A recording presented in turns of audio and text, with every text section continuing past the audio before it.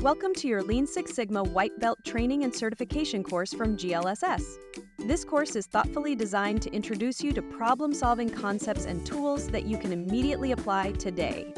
Click the button on the top right-hand corner to expand the menu to navigate through the course and read the closed captioning. The buttons on the bottom right-hand corner will allow you to replay the slide, control the volume, adjust playback speed, view the settings, or enter full screen. To begin your training, click the right arrow on the bottom right-hand corner.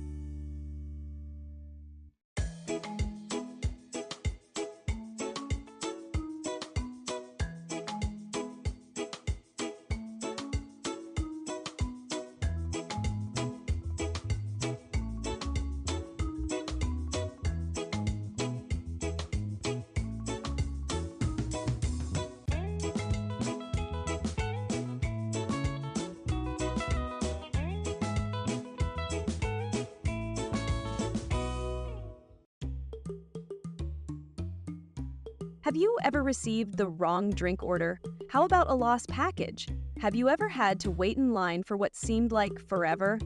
These are all problems that could have been prevented, and in this course, you'll understand how to prevent them. After completing your Lean Six Sigma White Belt Training and Certification course, you'll be able to demonstrate the basic skills needed to identify and solve problems so you can improve your daily work.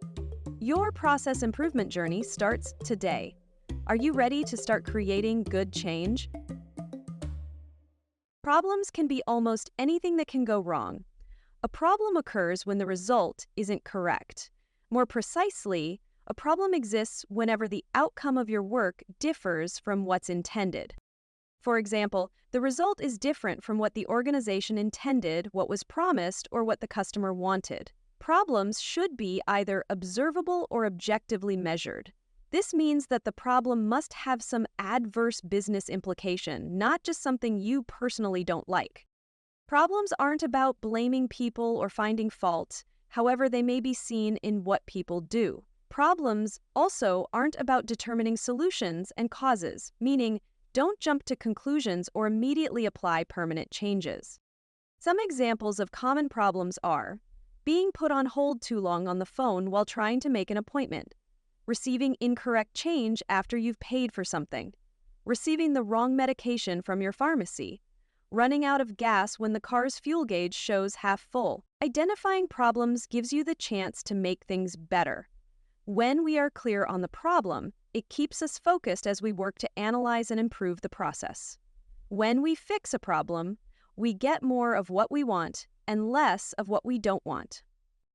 Problems are an opportunity to close the gap between the actual results and what's expected from the customer and the business. Solving problems leads to increased customer satisfaction, employee satisfaction, and business profitability. Once you've solved any existing problems, you work better with your teams to create an atmosphere where people enjoy their work. Two very common problems in the workplace are cycle time and defect problems. These problems can be easily solved, especially if you can see what's going wrong. Cycle time problems are when the outcome is correct, but takes too long to happen. Cycle time problems can lead to not being able to produce enough in the time required. Defect problems are when the outcome of our work isn't right, or not as good as it should be. Defects can cause us to have to rework or fix what's wrong or replace it completely. There are other types of problems to solve, such as providing something new or drastically changing a current service or product. These are outside our focus for this course. All work is a process, even if you don't think of it that way. A process is a series of interrelated actions that produce an intended result. Once taught to others, processes are capable of being repeated. Processes aren't results, such as an application or prescription. They aren't people or job descriptions, such as the operations analyst or mailroom coordinator. Lastly, processes aren't departments, such as the finance or HR departments. They may be part of a process, but they aren't a process. Whenever a process produces an incorrect or inadequate result, that's a problem. Whenever there are problems, we look for causes within the process. Most problems are rooted in the process, so you should seek to understand the process see where the problems are happening and what may be causing them. Processes can be documented, which allows them to become standardized, or in other words, the way you do things officially. Once documented, a process can be studied, improved, and taught to others. Processes are your links to solving problems. Once a problem has been identified, your first step towards solving the problem is to understand the current process that is producing the result. Every day, you encounter hundreds of processes. The way everyone does their work is a process. Physical processes generally produce something you can touch and use. Most steps in a physical process can be seen by anyone observing the process. Transactional processes are information-intensive and are usually data or documents. Many steps in a transactional process aren't readily visible and are hidden inside computers or people's minds. Everyday processes include brushing your teeth, getting an oil change, making a meal, paying bills, traveling to work. Processes are so common that it's difficult to find something that isn't a process.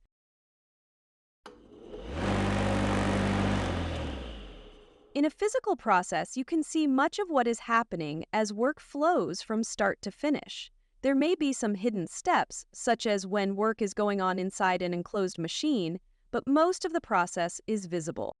Some examples of everyday physical processes include assembling a toaster, cleaning a room, getting your oil changed, mowing your lawn. The transformation of a customer order into a hot latte is an example of a physical process at Kona Cafe.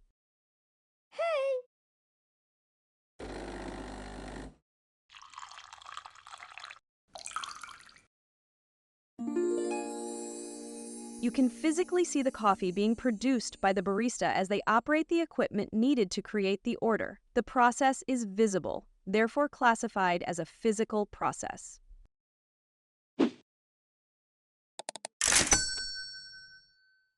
In a transactional process, much of the work is invisible or done by people working with computers. Some parts may be visible, such as paper coming out of a printer, but much of the process is hidden.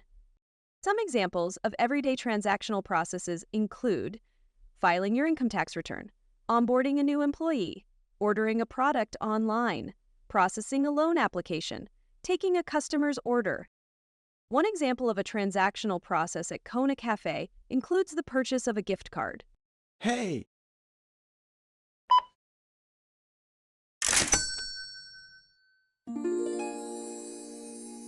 You can't physically see the money being added to the gift card balance, but rather it's an invisible process that's handled by technology such as a cash register. Lean Six Sigma is a method to improve processes, combining two powerful improvement approaches, Lean and Six Sigma. Lean focuses on removing wasteful activities in processes, while Six Sigma focuses on reducing process defects. The combination of Lean and Six Sigma creates an approach that works to improve processes in any industry. As a matter of fact, every industry uses Lean Six Sigma to increase efficiency, productivity, and customer satisfaction. A Lean Six Sigma process produces what the customer wants, in the desired quantity and quality when the customer wants it. Lean Six Sigma processes are both effective and efficient. Work is done well with minimal waste, and defects are very rare. Workflow is smooth, where once the work starts, it keeps going until it's done. This minimizes waste, inefficiencies, and opportunities for mistakes. A Lean Six Sigma process is understood by those that work and manage the processes. It is clearly documented, and everyone is trained in the process details. Lastly, everyone involved in the process clearly understands the customer's expectations, and this guides the management and improvement of the process. Lean Six Sigma isn't the natural state of a process. Rather, it requires continuous improvement to establish and sustain. To make is a logical sequence of identifying, analyzing, and eliminating problems. It presents a clear path for anyone to solve problems and improve processes. DMAIC is an acronym for Define, Measure, Analyze, Improve, and Control. The phases are followed in this specific order. DMAIC packages several tools and methods that have been actively used for years. By implementing DMAIC, you engage in problem solving that result in increased efficiency, reduced costs, improved customer experience, and strengthened organizations.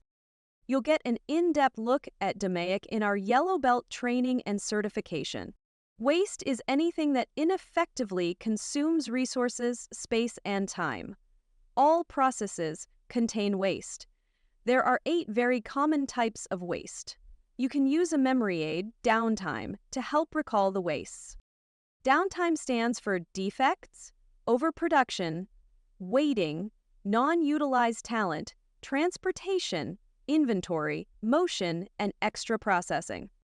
All 8 wastes may not be present in a process, but knowing what to look for can help you identify those that impact your process. In some processes, we won't be able to eliminate all waste, but rather have more of one waste to minimize a different waste. For example, we may have a little more inventory to minimize people waiting for it. Defects are any time something other than the exact desired result happens. For example, products, information, or services could be incomplete or inaccurate. For physical processes, this could be too much or too little of something, like an overfilled or half-filled cup of coffee. A defect can also completely be the wrong thing, such as an incorrect drink order. However, it could include the right order, but something else happens to be wrong with it. For example, a customer receives their correct drink order, but it isn't hot enough. For transactional processes, defects could be wrong information like a wrong customer address on an application form. It could include incomplete or missing information, such as no address at all. A wrong decision could also be considered a defect, like when an application gets denied and it should have been approved. Ethical efficiency is a new way to think about improvement. It goes beyond traditional efficiency by making ethics part of every decision and process. It's about doing what's best for people, the planet, and the long-term health of our world. Here's how to practice ethical efficiency. Look at the big picture. Think about how your efficiency efforts affect people and the environment. Involve others. Invite employees, customers, and communities to help shape ideas and solutions.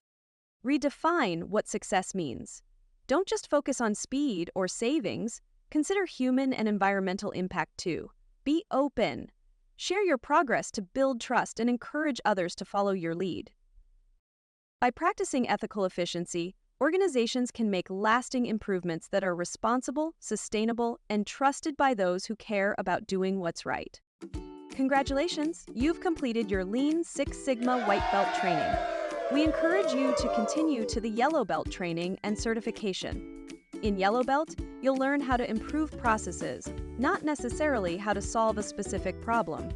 As the saying goes, give someone a fish and they'll eat for a day. Teach someone to fish and they'll eat for a lifetime. Or in this case, give someone the solution to a problem and they'll solve that specific problem. Teach someone to improve processes and they'll be a problem solver for a lifetime. As you continue through our courses, we'll help you become a lifelong problem solver. You'll learn to see improvement opportunities at work, at home, and everywhere you go. Once you complete the assessment quiz, you'll get to download your Lean Six Sigma White Belt certificate and share it with your team.